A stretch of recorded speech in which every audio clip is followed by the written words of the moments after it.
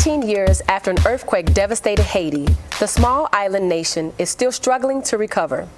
A faith-based organization called Medical Ambassadors Haiti is responding by healing lives and transforming communities.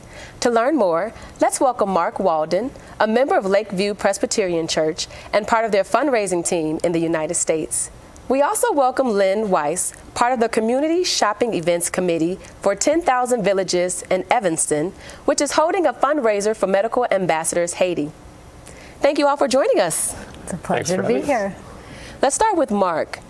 Can you tell me what's happening in Haiti now and what are some of the needs? So Haiti is a country which, as you may know, has been hit time after time by hurricanes and earthquakes and so forth.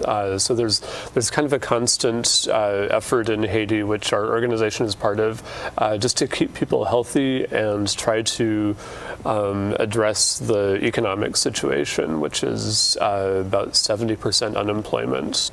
Can you tell me your connection with Medical Ambassadors Haiti? How did you get involved?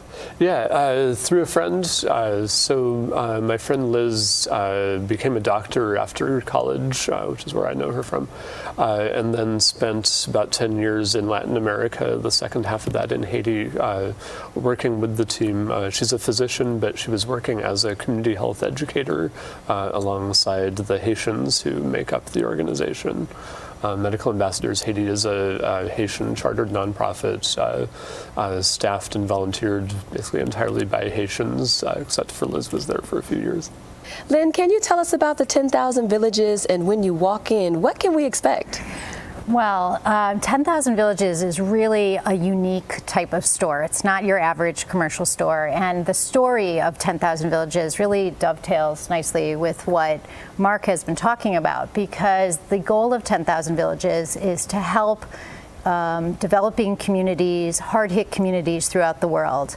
And it really works with artisans in these communities to help them create beautiful objects that then we sell in our store that people around the world then can support these organizations. And a lot of times, in a similar way, the community will be able to have a health center or a school or bring other things into their community because 10,000 Villages is supporting them and buying their products. So we like to say that if you come into 10,000 Villages and you get a gift, it's going to be a gift that gives twice, to the person you're giving to and then also to somebody far away in a place like Haiti who really needs your support.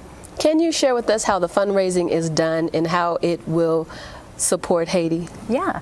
So I'm specifically on a committee called the Community Shopping Events Committee, and 10,000 Villages is also almost entirely volunteer run. There is a staff, a small staff, but 10,000 Villages Evanston, which is the 10,000 Villages that I work with, has about 70 volunteers that do all types of things, from on-the-floor sales to working in these different types of committees.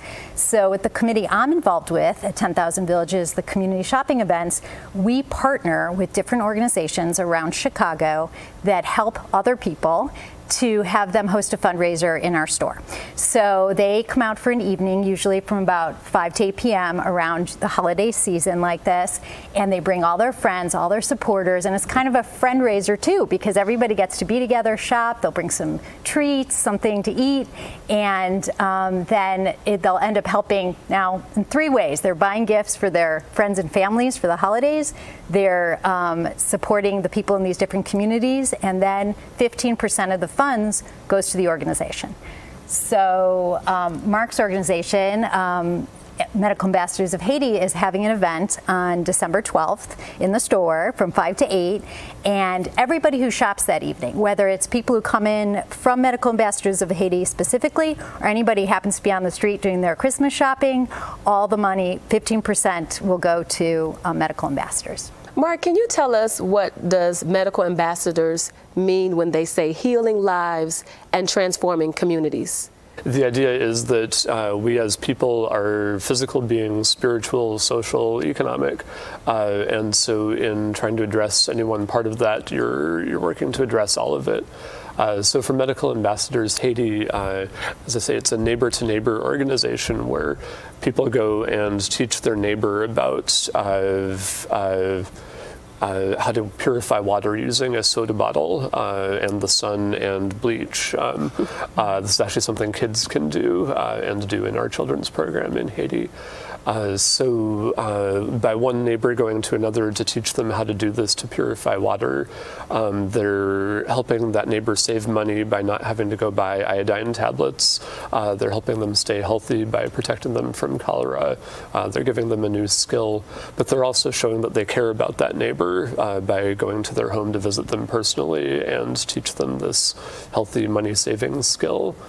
And so one thing that our trainers report that they see is that people who may not have known each other get to know each other, people who may have had some sort of little neighbor squabble, you know, that one person's dog came over and ate somebody else's chicken, whatever. Once they're actually working actively to help each other, there's a sense of cooperation and they get past the squabbles and actually get along better because they've got a history of assisting each other, of showing that they care about each other and working for common goals, for example, through a community garden or the peer lending program, stuff like that. And as I said, there's a spiritual aspect to it as well. So we also do Bible studies and spiritual development, which of course reinforces the notion that we're all in this together. We all need to care about each other. We're all trying to demonstrate God's love and care for one another and our communities.